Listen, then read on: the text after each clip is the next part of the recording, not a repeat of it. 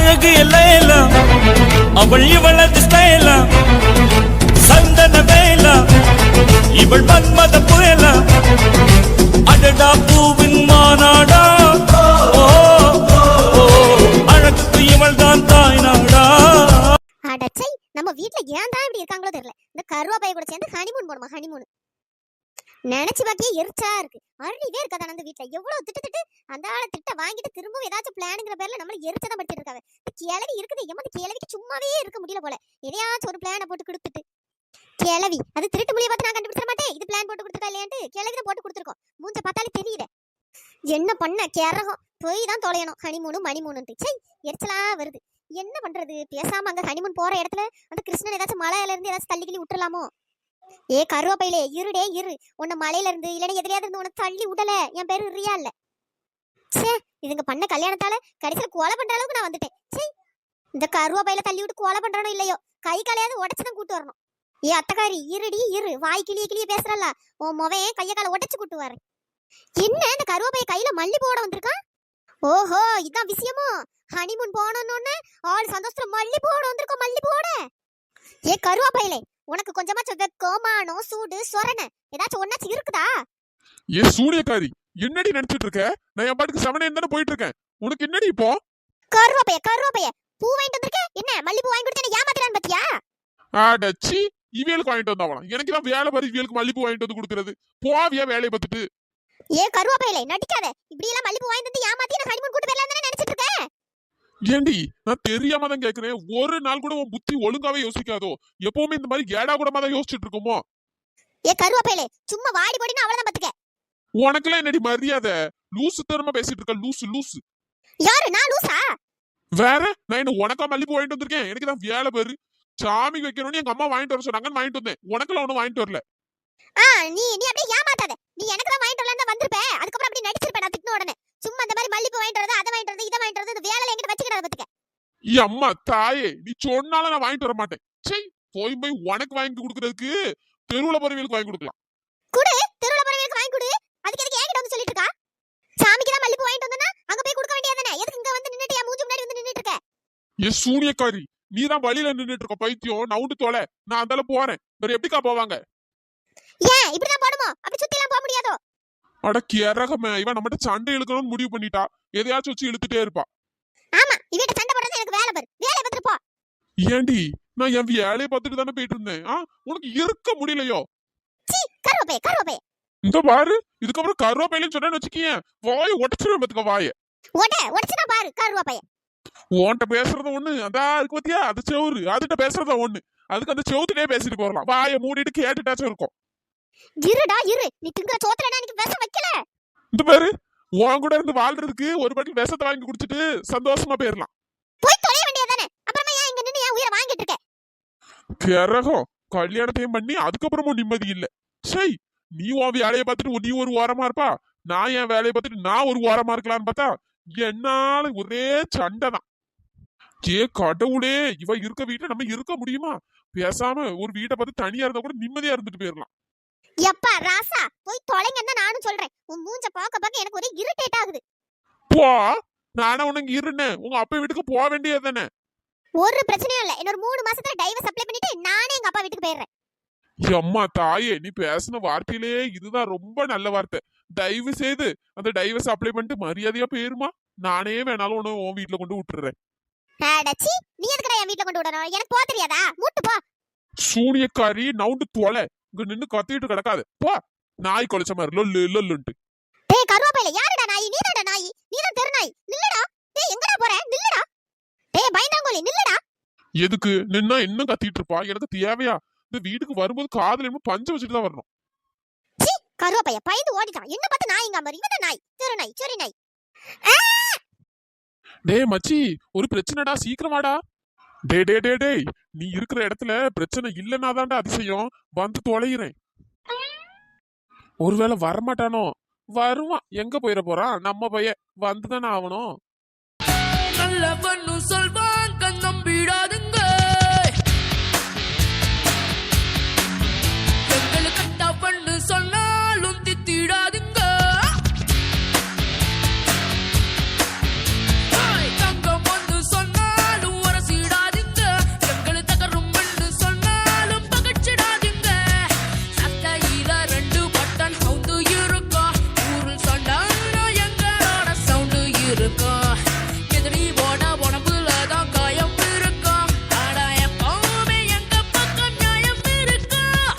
என் நண்பன்டா.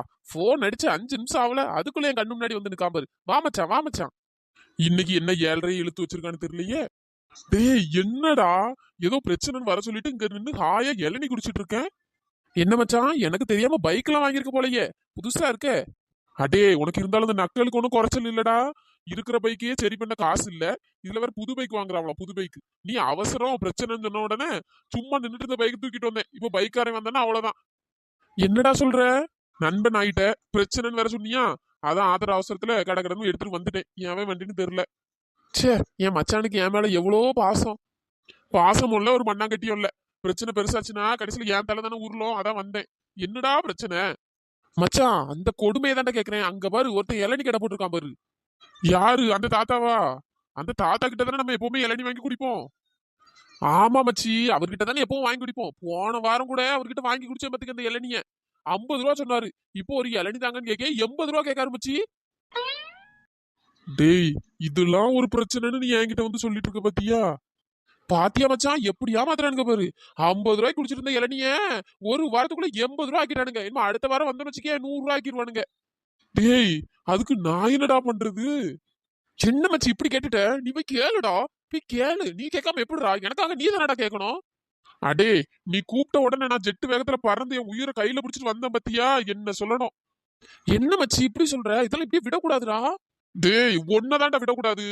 ஒன்ன left and right வாங்கினா நீ சரி வந்துருவ. என்ன மச்சான், நீ இருக்கங்கிற தைரியத்துல தானடா நான் அவர்கிட்ட சண்டை வேற போட்டு வந்தேன். டேய், உன்னெல்லாம் வச்சுக்கிட்டு நான் என்னடா பண்ண போறேன்? எங்க பிரச்சனை வந்தாலும் நீ பிரச்சனை பண்ணிட்டு என்னையே ஏன்டா மாட்டி விடுற? மச்சான், அதானடா ஃப்ரெண்ட்ஷிப்பு. டேய், என் வாய சும்மா கிளறாதடா. போயும் போய் ஒரு இளநிக்காக வாடா இவ்வளவு அக்கப்போர் பண்ற? மச்சான், 30 ரூபாடா. 30 ரூபா அதிகமா சொல்றாடா. 30 ரூபா இருந்தா நம்ம 3 நாளுக்கு நம்ம 2 பேரும் டீ குடிச்சிடலாம்டா.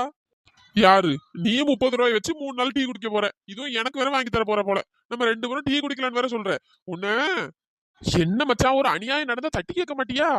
டேய், நீ கேளுடா. என்ன ஏன்டா சும்மா இருக்க பிரச்சனைலாம் இழுத்து இழுத்து விடுற?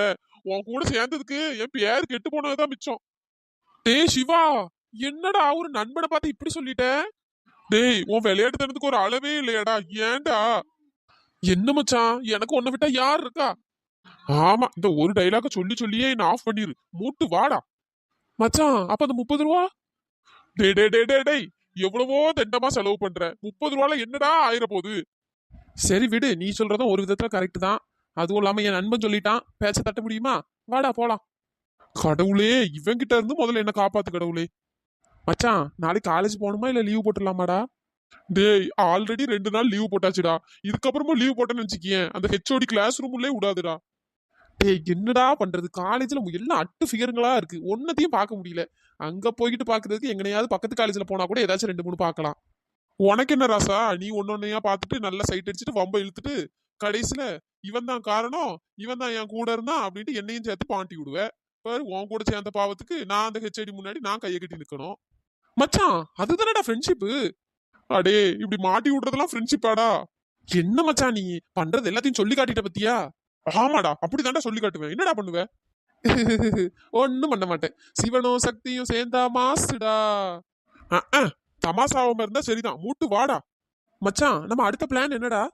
ஏன்டா உன் வாயை வச்சுட்டு உன்னால இருக்கவே முடியாதடா. அடுத்த பிளான் என்னன்னு நீ கேப்ப. நான் அங்க போலாம் இங்க போலான்னு உன்னை கூட்டு போனோம். அங்கேயும் போயிட்டு ஏதாச்சும் வம்பிழுப்ப. கடைசியில என் பேரை மாட்டி விட்டு என்ன தர்மடி வாங்க வைப்பேன். அதானடா உன் பிளானு? என்ன நம்மளை பத்தி டாப் டு பாட்டம் தெரிஞ்சு வச்சிருக்கான். சரி, நம்ம கூட இருந்திருக்கான், நம்மளை பத்தி தெரியாம எப்படி இருக்கும்?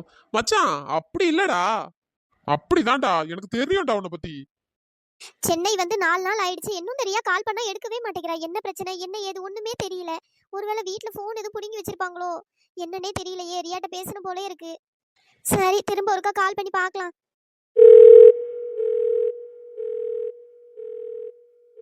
ஹலோ ரியா மகா, எப்படி இருக்க மகா? ரியா, நான் நல்லா இருக்கேன். நீங்களாம் எப்படி இருக்கீங்க? நாங்க நல்லா இருக்கோம் மகா. நீ அங்க எங்க இருக்க? ரியா, நான் சேஃபா தாண்டி இருக்கேன். அப்படியா? ஹாஸ்டல்லாம் பாத்துட்டியா? காலேஜ்லாம் பாத்துட்டியா? இல்ல ரியா, நான் ஹாஸ்டல்லாம் இல்ல, இங்க ஒரு பாட்டி வீட்ல இருக்கேன். என்னது, பாட்டி வீட்ல இருக்கியா? யாரடி? ரியா, அது நான் சென்னை வந்ததும் ஒரு பாட்டியை பார்த்தேன் பாத்துக்க. அந்த பாட்டி பஸ் ஸ்டாப்ல மயக்கம் போட்டு விழுந்துட்டாங்களா.